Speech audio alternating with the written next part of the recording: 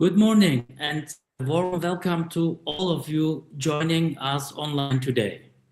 My name is Zafer Meshe, and on behalf of SETA Berlin, it's my pleasure to host this web panel with the title EU-Türkiye Economic Relations at Crossroads, Interdependence, Asymmetries, and the Case for Strategic Re-engagement. A few words on format before we begin. Our session will run for about 1 hour. Professor Yalçın will open with a presentation of roughly 25 minutes or less, after which we will move into a moderated discussion. You are welcome to submit questions through the chat throughout, and we will turn to a selection of them toward the end. Let me set the scene. The economic relationship between the European Union and Turkey rests on one of the oldest and deepest pieces of integration architecture the Union has built with any non-member state, the Customs Union of 1995. For 3 decades, it has bound Turkish and European industry together through dense value chains and a striking degree of mutual dependence. The European single market remains by a clear margin Turkey's most important economic partner, and Turkey in turn has become an increasingly significant industrial hinterland for European companies. And this relationship now sits at a genuine crossroads. The architecture that once drove convergence is showing its age.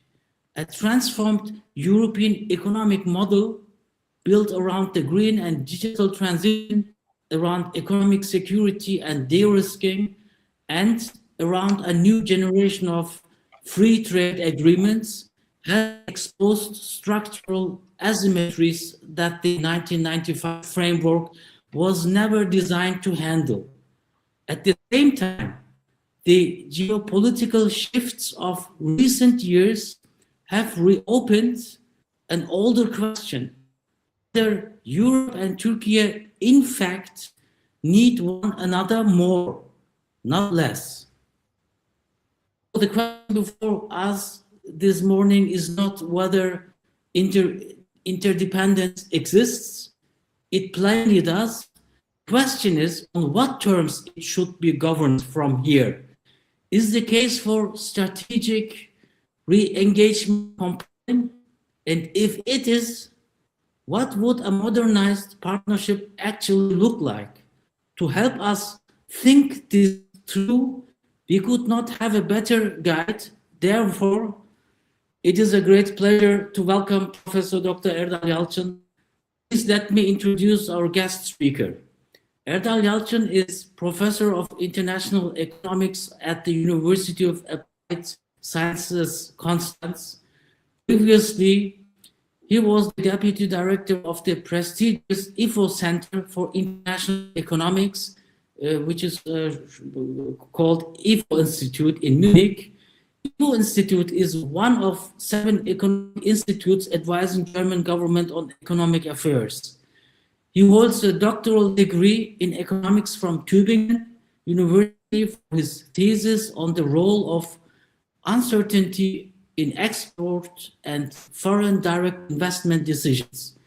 Amongst others, he analyzed the potential long-term welfare effects of the transatlantic trade and investment partnership, this famous TTIP, and the economic consequences of a deepened customs union between the EU and Turkey.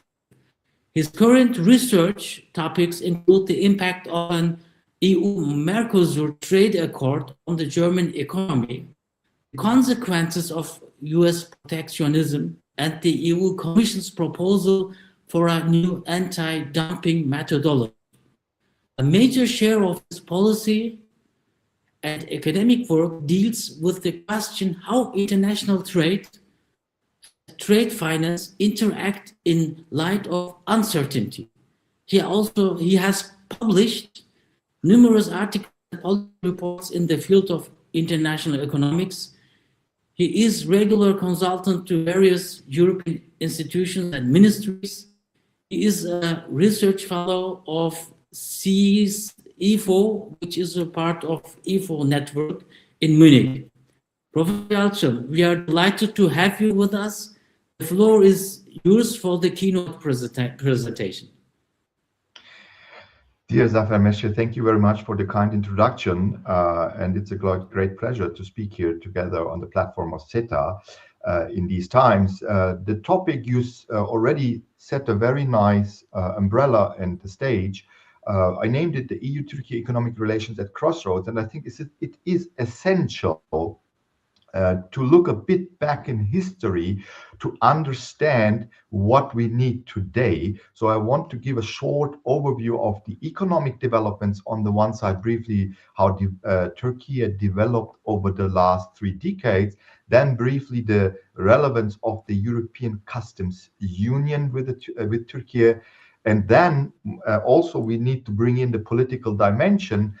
How did the integration and policies developed over the last 3 decades, and what should be adjusted? What are the challenges in the search for an appropriate renewed EU-Türkiye relations that started recently, I believe, also with a very constructive visit by the Turkish foreign minister in Germany. Now, let me start first with Turkey's developments.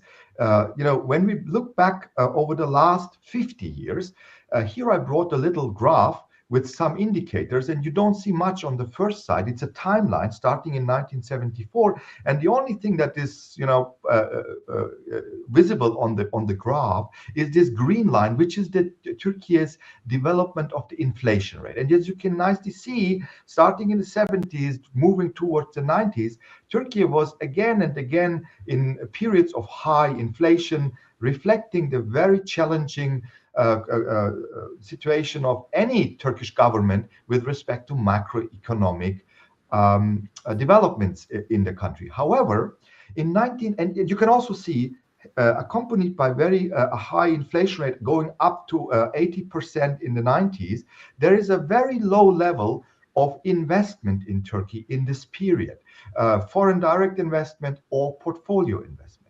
In 1994, however, Turkey is then signing a very important agreement with the European Economic Community at that time, which is the trade agreement, the Customs Union Agreement, opening the stage for Turkish and European companies to start to build an interconnected value chain network. And the effect of this agreement is tremendous. You can see it here, how dramatically the picture changes, not immediately, of course, in the year 1995 or 96, because even so the agreement in 1995, the Customs Union Agreement was signed, it is the political stability that specifically appears on the agenda in the year 2002 with the election of the AKP, the AK Party in Turkey. And you can see in the late 90s, already with the customs union and the negotiations that start to take place, the inflation rate starts to drop. And with the new stabilization and the political agenda of the new Turkish government in the year 2002, it is a skyrocketing economic change that Turkey experiences. This picture is very stable until 2015, 2016. There are turmoils, difficulties still in the years 2007, 8 starting, but they are not reflected immediately in the economic relationships. You can see there's a strong drop in investments indicated by the bars between 2017 and 2020, but this picture again stabilizes after 21, 22 when the corona crisis disappears, and also the relations on a different level between Turkey and the European Union start to stabilize again.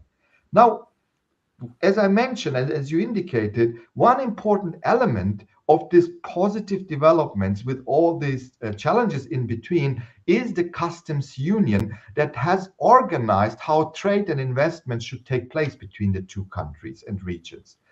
And one major argument you can bring up and take out from this development is, besides the contract, the agreement, it has been always important that there was a credible and a mutual credibility between the relationship. And this is reflected in political stability and a successful cooperation. And the successful cooperation automatically opened the door for economic success.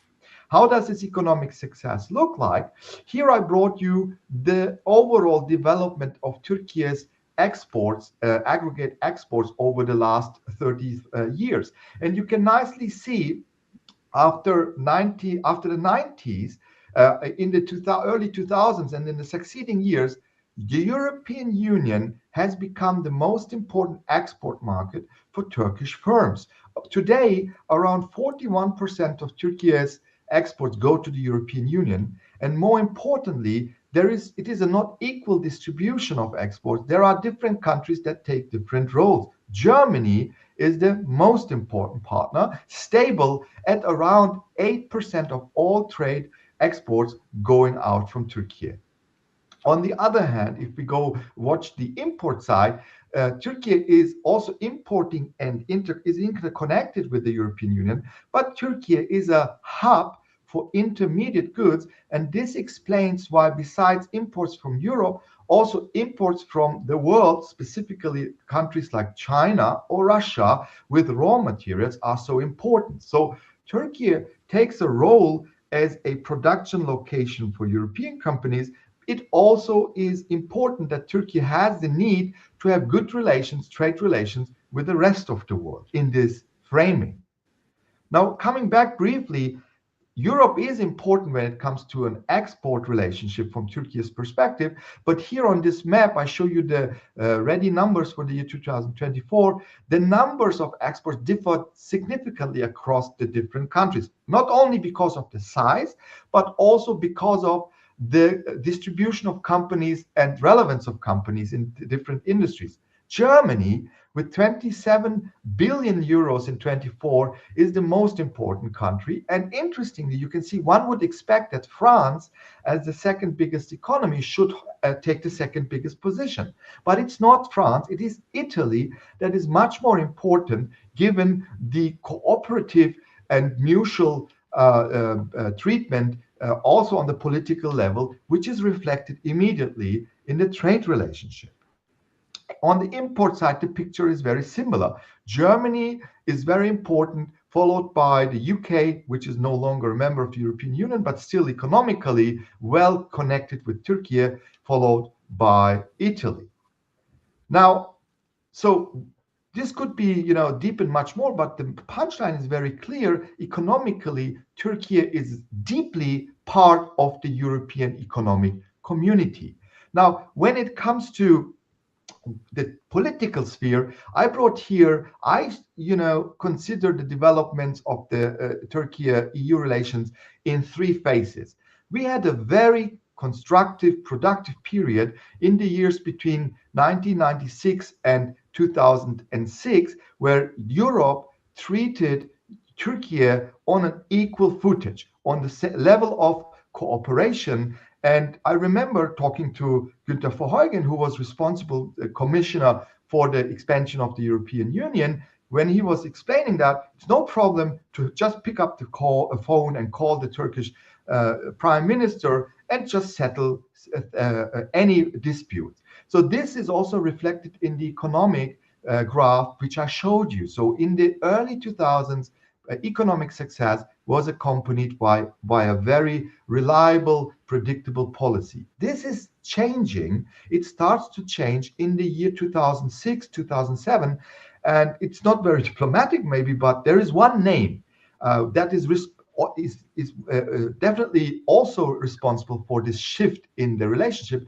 It is the French president who starts to communicate that Turkey cannot be part of the European Union. And this rhetoric and this political stance is also then expanding in some other countries, making the cooperation between the European Union and Turkey much more difficult. This is then accompanied with a global environment where, for example, in Germany, relations with Russia at that moment are very positive.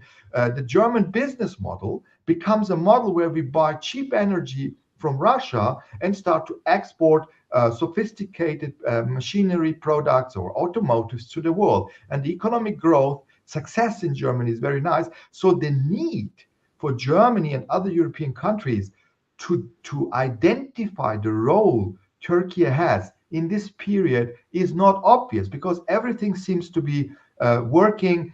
Security issues, energy issues are not on the agenda. This picture, unfortunately, creates, of course, also reactions in Turkey. And in contrast to European countries, Turkey is in an environment which is, this can be described by conflicts. We have Northern Africa, Syria, Iran, all these migration issues, which are all on the agenda only on Turkey or on a large scale to handle with military conflicts in particular. So in light of this change in these three phases, from positive to stagnation to divergence, we can take out one important message. How can we come back to this already experienced positive integration agenda? And this agenda was characterized by domestic reforms in Turkey, positively aligning its policy with the European Union, and also a European Union that considered itself as an anchor to support the Turkish government in establishing European policies that are complying with European expectation and standards. So, and at the same time, and that's a major difference, the external environment in that period was very positive. You know, global growth, liquidity, low interest rates. This has changed, and the conditions are different. So we cannot simply say what we have done in the past can be today. So what are the challenges today? The last important aspect, if we talk about this relationship, is we need to bear in mind the world has changed compared to the year 2000 to 2005. Here I brought you an indicator measuring how the perception of policy uncertainty in the world is changing. And you can see that people and politicians declare that the world has become increasingly unpredictable. This is not only a general perception. I also showed you here two maps for the year 2005 and 2025, where we measure for countries how people perceive uncertainty. And you can see that the whole world has become darker. People consider the world to be much more uncertain. It is much more difficult to make decisions, to plan what is going to happen tomorrow. Now, the reasons for this are obvious. We have a completely changed geopolitical situation with real conflicts, the war, several wars in the world. We have also a fundamental change in global supply chains after experiencing the dependencies during Corona and how difficult it can be to rely on faraway locations like China or India, for example. We have also a big topic on security issues affecting many fields, just to name one, energy security, for example, to guarantee a working economic environment. Now, from individual perspectives, there are also national challenges. Here I brought you Turkey. Turkey, despite the political difficult challenges in its neighborhood, it has also domestic challenges. The Turkish lira here, for example, as you can see, had a rather low inflation until the year 2018, 2019. And with Corona and with the global twist, and also with the domestic challenges the country experienced, the inflation and the Turkish lira are now massively under pressure. People experience that. The Turkish lira is losing dramatically in value, putting the government, of course, under pressure to tackle this issue. But then there are, issues where Turkey has no control of. One of these big problems is the outdated structure of the customs union. Here I brought you the example of the customs union, and the problem I want to point on is the European Union, for example, has signed a new free trade agreement with Vietnam, and also with other countries like with South America, Mercosur, or with India. The problem for Turkey is not member in the decision process and in the negotiation process of new free trade agreements. So when Vietnam now has an agreement with the European Union, it has an access to the European market, but because Turkey is member of the customs union, it also has to open its market for Vietnamese cheap products. That would not be a problem if Turkey at the same time has a equivalent easier market access to Vietnam. But this is not the case because Turkey is not member of the European Union. And this is not a Vietnam specific problem, it's a customs union specific problem. And that is I call this the asymmetry problem, which has to be solved in times where the European Union is negotiating many free trade agreements. But this is only one political and institutional problem. There are other, in a changing world, the European Union has started to shift from a liberal market policy towards a public policy driven system. What does this mean? It means, for example, we have an initiative that is called IPCEI, standing for important projects of common European interest. That means companies located in European Union countries will receive special support subsidies. But because Turkey is out of this system, it is not part of this program that will trigger a lot of money for new industries. The same is true for, I'm not going to name all of these. I just list this as an example on the slides. But for example, the raw materials and defense legislation is changing, meaning companies that receive subsidies and support from the government are also restricted to the geographic region of the European Union. But the Turkish companies that are de facto part of these value chains, even so they are already contributing to the European companies, are not part of this industrial policy. Now, this reflects with what I call the dilemma between having a country, Turkey, deeply integrated into the economic and security architecture of the European Union, but it is not part of the decision process and new legislation in the European Union. Where do we observe this dilemma? We observe it, I showed it in the customs union itself with this asymmetry problem with Vietnam and Mercosur.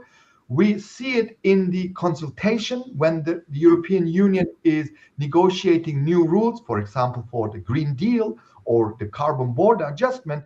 Turkey is confronted with decisions, but not part of this system. So that is creating severe problems, not only for Turkey, but also for the way how these partners can progress efficiently together. So where can we start? And can we predict that a change in these areas can be supported? I brought here one area which we have analyzed for years. It's again the customs union, which is the economic element of this bilateral relationship. And already in the year 2015, the European Union and Turkey already organized a modernization. There is already a roadmap how this can be achieved. And if the European Union were implementing these modernizations, I brought you some numbers. The prediction is that trade over a time window of 10 years would increase by about 40% with almost every partner in exports and imports. So this is an annual acceleration growth rate of bilateral trade of 4 to 5%. So, which is a significant number. It would be the growth rate of the period between 2002 to 2006, for example. Now, the punchline of my presentation is we have an experience between Turkey and the European Union that if there is an agenda of treating each other with trust and on a level playing field, a positive agenda will translate into very positive economic effects. The economic framework is already there. Turkey is part of the European value chain structure. Turkey is part of important industries in the machinery industry, in the automotive industry, in the increasingly defense industry.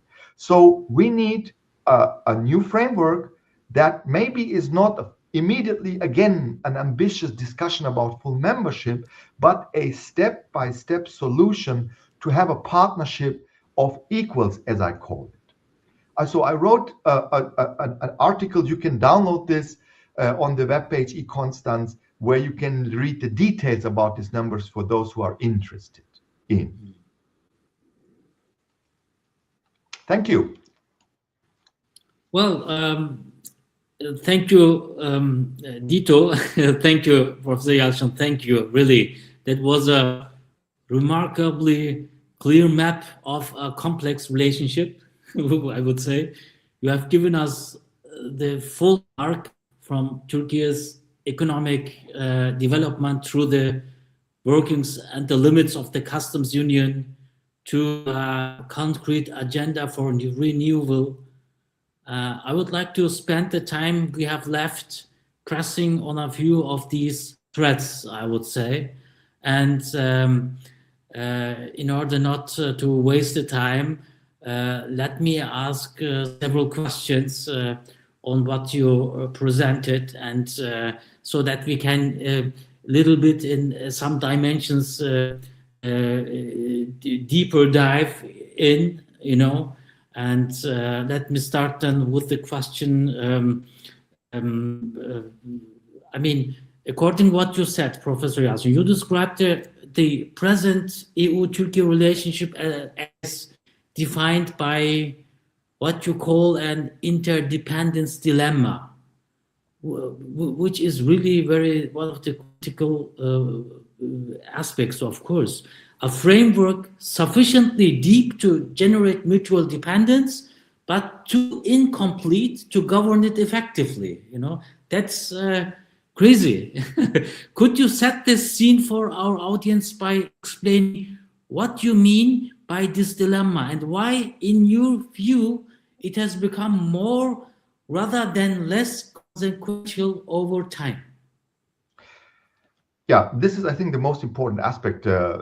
Indeed, we should communicate. What I mean with the interdependence dilemma is that the EU and Turkey are economically deeply connected. There is no doubt about this. If I talk to companies today, like I live in the south of Germany, and I was on a larger association meeting of an industrial association in South Germany.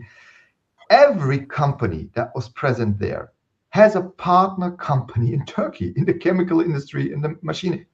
There's no exception. So this is already an established network. And the problem is the institutional relationship, meaning if you introduce a law in Germany, in the European Union, is not taking this connectivity into account. How is it not going to take into account? Turkey is not part of the negotiation and framing process of new laws and rules. So in other words, the customs union has created standards and norms, etc. as well. Standards, regulations, environmental issues, which are of course very heavily on the agenda. So I will give you a list of topics, but the customs union has created a strong trade integration, dense supply, mutual dependence. That's the term, mutual dependence in key sectors. But Turkey is not, that doesn't mean that Turkey is simply only a trading partner. Turkey is part of the process where when something changes in the process, Turkey should be part in adjusting the process. So the problem is that this institutional adjustment has not followed the economic integration. And there are many regulations. So I mentioned in the presentation the IPCEI, the important project for common European interest, but there is the Net Zero Industry Act, for example, meaning there are many regional projects where companies are forced by law to reduce their emissions. At the same time, they receive a lot of support by the government. Then there is money allocated to improve the resilience of the European production structure. I said Turkey is part of the European production structure, but it's not part of this money that is streamed into the industries. We have the Industrial Accelerator Act, where new technologies, artificial intelligence, new energy, and so forth is subsidized by the government, but it is so far not regulated how Turkey, as part of these important industries, should participate in this institutional adjustment. So in simple words, the Turkey's influence is limited in forming these new and important roles for the joint value chains. And the lack of this modernization of the framework creates, of course, tensions. It is not granted that the Turkish companies can solve this on a bilateral micro level. You need, at a certain stage, there are rules that will prohibit an efficient cooperation. And the last point, you asked me why this is, not changing over time. The reason is, initially, the idea was, after the customs union, Turkey will increasingly be integrated into the European Union. And one day, when it is member of the European Union, this dilemma will be not existent, because as a member of the European Union, you automatically participate in the decision process. But that's not the case. And actually, it is the European Union that started, some member states that started this rhetoric that Turkey should not become a full member, but never presented a solution how to integrate such a critical and important partner into the decision process. So, and since 2006-7, with this negative attitude of France in particular, we are stuck into this progress in economic developments, but backward stepping in rule-based cooperation to solve the technical and the legal problems companies are facing in between the two partners. Right. Well, another topic in your analysis, the years from 2002 to 2007 mark the high point of EU-Türkiye economic convergence. What, in your view, were the decisive ingredients of that convergence? And how much of it was genuinely driven by the accession process, functioning as a credibility anchor, as opposed to favorable domestic reform dynamics or a permissive international environment? So this is also a very good question. In my view, it's not only one aspect that basically can describe this very, very successful period of EU-Türkiye relationships. So in the year between 2002 and 2007, there are several convergence supporting elements. The first one was within Turkey. Turkey at that time went through a period of macroeconomic stabilization and strong reforms after a huge economic crisis. Many people don't remember that Turkey basically, there was a huge earthquake that put Turkey under huge challenges, and the political situation was no stability, permanent changing governments, high inflation. So this is almost a quarter of a century back, and people don't remember. So there was already high inflation environment. Public finance suddenly, with a stable government, started to stabilize, reliable. Inflation dropped, as I showed you. It's not an opinion, it's a fact. And predictability started. So Turkey itself became very predictable. That's the first important pillar. The second aspect was the European accession process.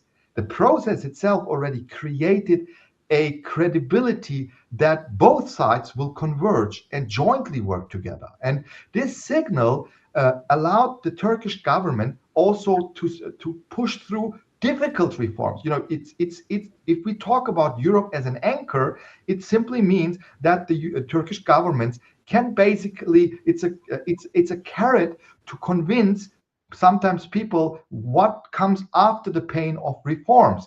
So this can be seen in the competition policy, public administration, and also the European standards in the industries that all were moving towards the European Union standard. That's the second important element. The third one was that we had already the customs union from 1995-96, but with the stabilization of this domestic situation in Turkey and the improved relationship with the European Union, the customs union could start to work effectively. That means it is not only the agreement that was available, it was the implementation of the agreement by the government and by cooperation and by domestic reforms. And last but not least, and this is very important, at that time, these three elements were easier to handle because the environment surrounding Turkey and the European Union was very positive. Macroeconomically, very low interest rates, international investors were looking for good investment opportunities. Turkey was a perfect place. Turkey received in 1 year, to give you a number, in the year 2003, Turkey received as much investment as in 20 years before, in 1 year, just to give you the dimension of available investments at that period. So globally, you remember maybe the foreign minister at that time was talking about a relationship with all neighbors in a positive manner because there were no conflicts. The same spirit was in Europe. The relations with Russia were improving. The relations with the Mediterranean countries were improving. So it was very easy to communicate positive political agendas at that time. So to sum up and to answer your question, in my view, it is not simply this accession process that created these positive developments. The accession process combined with domestic reforms in Turkey, an equal level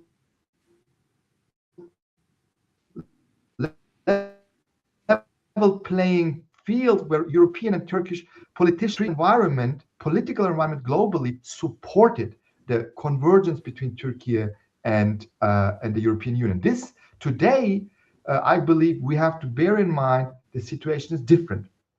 That in particular, that Turkey on the eastern margin of the European Union has much different confrontations, challenges than, let's say, a country like France. French politicians don't have to deal with questions of security, possible rockets that can arrive from Iran, war problems still in this region of northern Syria. So it's mapping European perspectives on a Turkish foreign policy and economic environment is no longer possible. So it's important to understand that when we talk about solutions between the two regions, we need to bear in mind Turkey today needs a different flexibility compared to the years 2002 to 2006-7. Thank you, Professor Dalyalçın. When we look at the period of stagnation and divergence, 2007 to up to 2022, you describe the period between this time as one of stagnation and divergence, which trade flows and supply chain integration continue to deepen while the political and institutional framework eroded. How do you weigh the relative responsibility of developments in Turkey on the one hand and shifts within the European Union on the other in producing that outcome? Yeah, this is, I think, again, we can learn something from the historical perspective here. One important aspect is, and that's the reason why I'm very blunt in expressing this, in the year 2006-7, the EU accession process lost credibility when politicians, one famous name is Nicolas Sarkozy, but also other politicians openly stated, for whatever reason, it was not really clear at that moment, Turkey cannot become a full member. Even so, the country was implementing reforms, converging the European Union. And today we know the European Union was confronted with domestic problems. There was this huge enlargement fatigue after taking in 10 countries. The political resistance in countries like France were structural problems, high youth unemployment, problems with the population of former colony members that lived in France and not integrated into the country, and all these topics. Then on the other hand, the Cyprus issue, while in the previous period, in the positive years of 2002 to 2006, Europe and Turkey both together tried to increase positive pressure to unite the island, suddenly Europe started to instrumentalize Cyprus as a problem for Turkey's convergence to the European Union. And this type of political stance in Europe created mistrust, destroyed trust, destroyed cooperation, and weakened also the capacity in those countries who were still trying to push forward mutual convergence between the two countries. Of course, there were also developments in the Turkey which have to be criticized. You know, we had domestic developments where the reforms and changes created also resistance in Turkey. Like I mentioned, the demonstrations in Istanbul, the Gezi Park protests, the institutional weakenings that you find in international rankings, obviously where Turkey is challenged with corruption issues reflected in imprisonment and so forth. And unfortunately, when national developments, both on the Turkish side and on the European side, developed in such a negative manner, this also created a divergence between the two regions. Although there was basically still the possibility, I think, to continue on a positive agenda.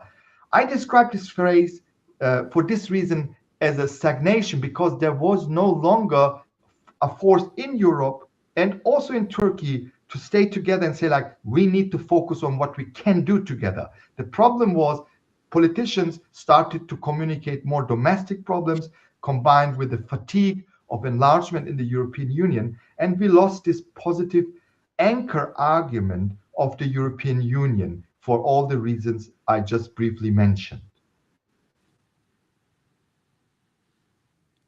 Thank you, Professor Yalçın. You know, was the period as well critical times with the military coup, etc. You know, it has indeed also, I would say, created from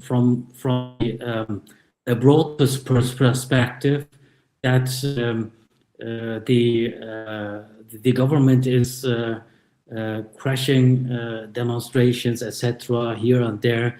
Of course, it happened somehow, but it was existential threats which has been, of course, with the FETÖ and the Gülenists initiator of this military coup was a trauma in Turkey. You know, it's we discussed several times about it, and this kind of aspects, critical developments, shapes, of course, the people, you know? And that's also important to mention. That's why I mentioned it. Now, another question is, which is, I would say, a constructive one, you know, how to manage the structural asymmetries, you know, this is the issue. And a central analytical move in your paper is the distinction between manageable asymmetries, such as those generated by the CBAM mechanism, CBA mechanism, better says, which can in principle be mitigated through regulatory alignment and structural asymmetries arising from the European Union's internal policy architecture, such as important projects of common European interest, you mentioned already, or territorial subsidy frameworks, which Turkey cannot resolve through domestic adaptation alone. Could you,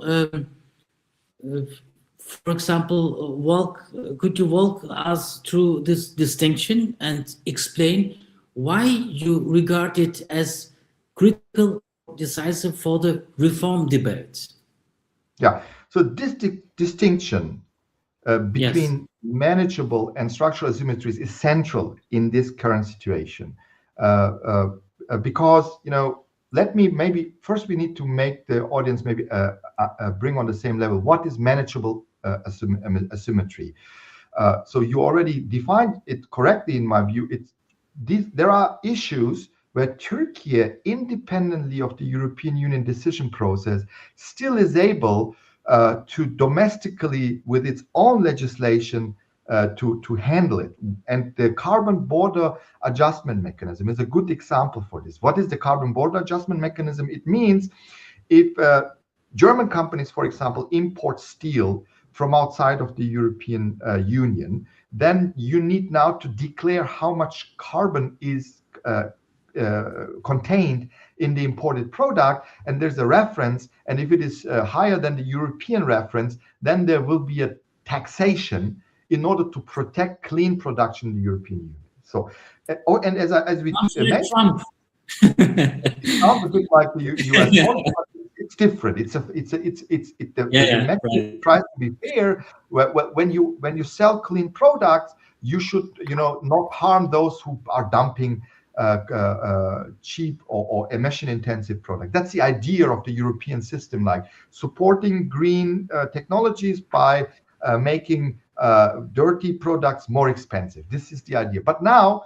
we already know Turkish companies are already in this networks of European Union production chains. But this regulation is again a European regulation. But it is not a big deal. It is manageable, because Turkey easily can adapt regulations where German and French and Italian companies in Turkey, located in Turkey, can then handle this problem, measuring, declaring, adapting. And Turkey is, by the way, very good in terms of green energy. When it comes to solar energy, for example, companies have to, when they build new facilities, have to take care of a certain amount of green energy as part of their energy mix. So Turkey managed already and was forward-looking. But then there are structural asymmetries. And the easiest way to understand this is the free trade initiatives of the European Union.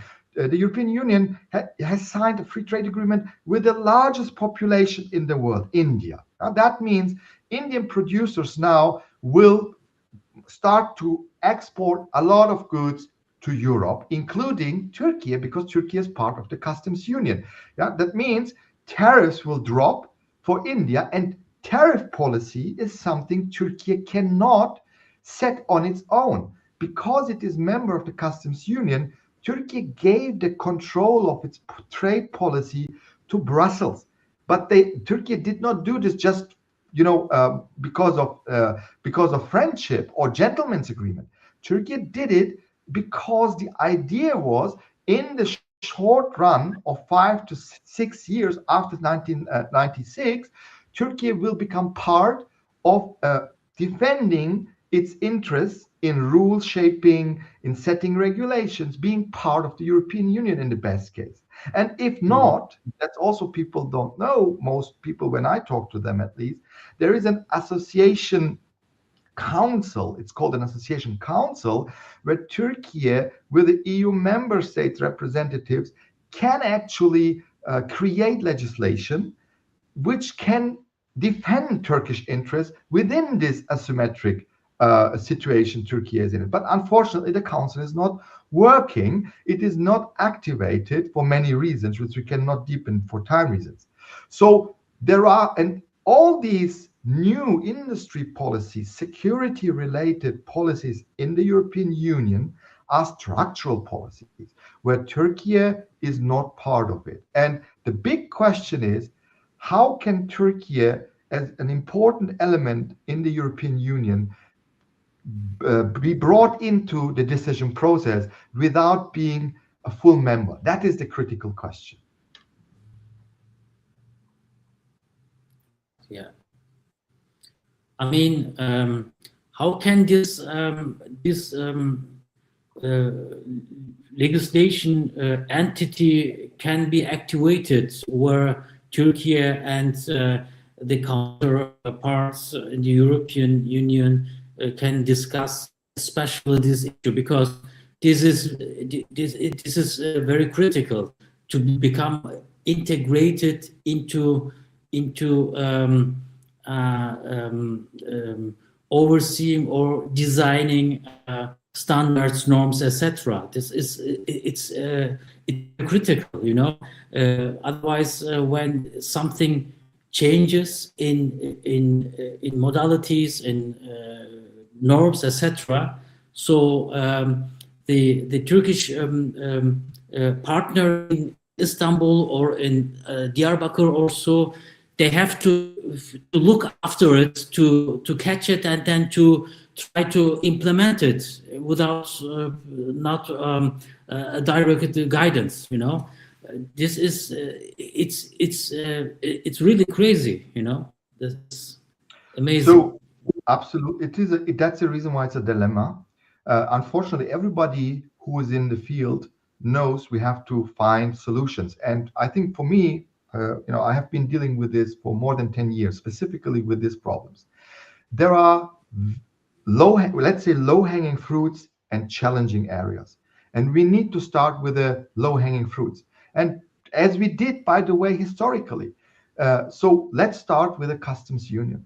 So if the European Union is serious and wants to progress with Turkey, then one should not bring in complicated additional topics when it comes to the modernization of the customs union. What I mean with this is, for example, it is not very constructive to talk about the reunification of Cyprus as a condition for a modernization of the customs union. That will not make the life of the negotiators easier. So the other way should be the progress. This progress should be, we have a framework, we know how to solve the customs union modernization. Let's start to work on it and create security. Then one should prohibit politicization of difficult topics. I want to give a very, very simple example. There is this unnecessary conflict in the Aegean when it comes to territorial disputes with the 7 miles and 12 miles when it comes to resources and so forth. So it is not very constructive if individual politicians from Europe, specifically France, appear in Greece and start to talk about defense and protection interests, while there is also a very normal, natural way that neighbors come together and try to find constructive solutions, and not bound to whether other areas, like again the customs union, should be modernized or not. So my concern is that, in contrast to the year 2002 to 2006, given the massive challenges Europe and Turkey face, the whole world faces, we have to prohibit that politicians start to disturb specific areas of interest for the sake of national interest, as we observed in the destructive period. So, and I have a hope. The Turkish foreign minister, Mr. Fizan, was in Germany. That was the images everybody was hoping for. Very warm welcome by the German foreign minister. The consultations have started after 12 years. Germany has, in particular, Germany is as the most important economic partner of Turkey, and Turkey as a very important partner of Germany, culturally, economically, historically, can create this environment. And Germany, the German leadership, I'm convinced, can also pave the way to focus on constructive areas. like, let's start with the economic area where we have already the solution. Let's not start to bring in Cyprus, the Greek Aegean matters. Let's think about together to improve the defense industry, to improve new industries, the artificial industry, the energy sector role of Turkey in light of what is going on in the Gulf region, Turkey as a security hub, a buffer zone. So, to wrap it up, we as academics, we can only point on this. Let's not fall back into divergence. Let's solve dilemmas by stepwise solutions, like modernizing the customs union, which can be a huge signal, and it is a necessary signal, in my opinion. Well, right. I mean, it is obviously clear that the Greek Cyprus part has leverage, on the European Union with its veto power. So that means in order to not only the Cyprus case, but in order that European Union can act by interest of the majority of the member states, that they have to really must reform the way they are voting. That's a very critical issue. The other issue is we talked about the manageable part of this dilemma, and I think the problem with the free trade area, free trade agreements, especially with India, is a big problem, I would say, because Turkey is siding next to Pakistan in terms of security, and they are brother states since a long time. And if Turkey will approach India on that issue, then they will ask for compromises for whatsoever. So Turkey will be not into that, and that means that Turkey has not the same right as India, as you described, for the entering the market of the counterpart, and this is an issue as well. But for the other countries, for Mercosur or Vietnam or South Korea or Japan, I don't know. So this is it makes it also manageable to have an FTA with these countries. So this kind of can also be part of the manageable aspect, as you also mentioned somehow also in a discussion last time on telephone, I think. So this is an issue, and I have maybe the final question, a closing question for you, Erdal. It looks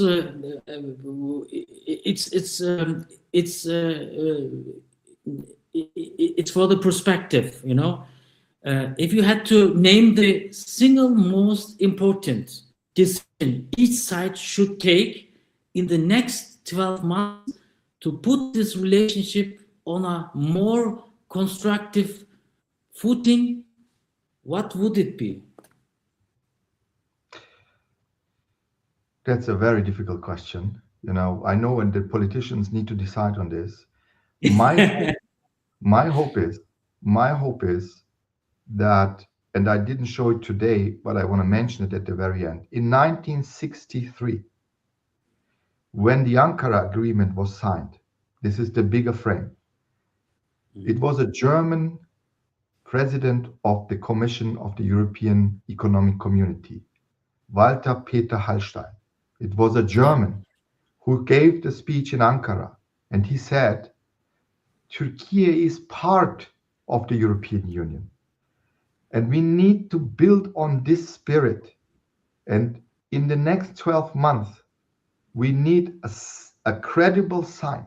And I'm convinced that when politicians in Turkey and Europe come together and say, we start to implement a modernization of the customs union, because we believe on a long-term relationship. Otherwise, it would be that Turkey has to switch this framework. It has to change it, but that would be not constructive.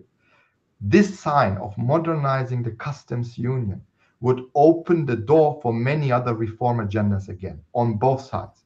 So that would be, this is a very ambitious signal, but that would be in the spirit of Walter Hallstein and the idea of 1963 to bring together what belongs together, in his words. That would be a fantastic political step, in my view.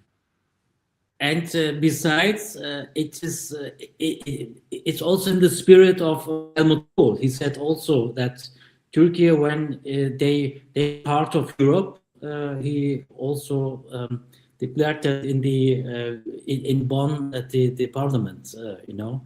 So, I mean, symbolic gestures are of course very important, but if you look at the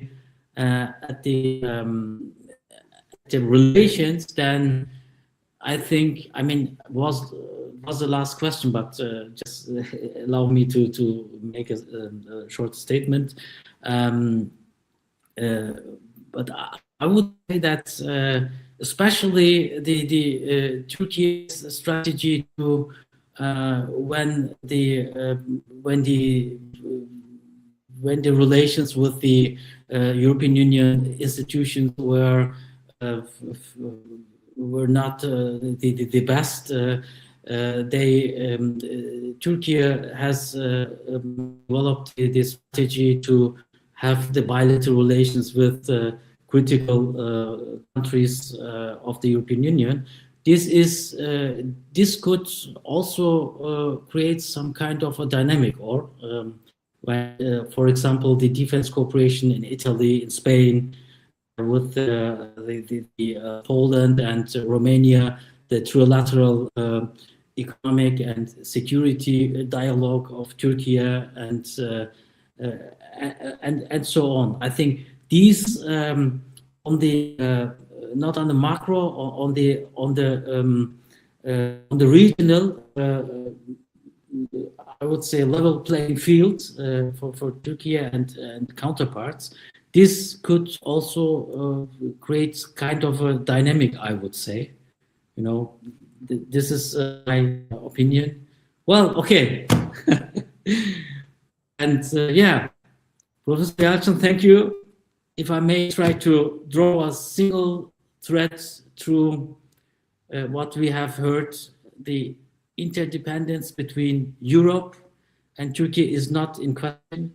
What is in question is whether the institutional framework that governs it will be allowed to fall further behind economic reality or be modernized to match it.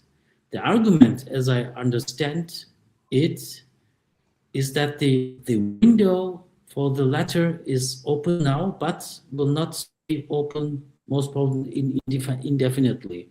For those who would like to go deeper, Professor Yalçın's full report, EU-Türkiye Economic Relations at the Crossroads, is available at www.econstance.de, and I really warmly recommend it.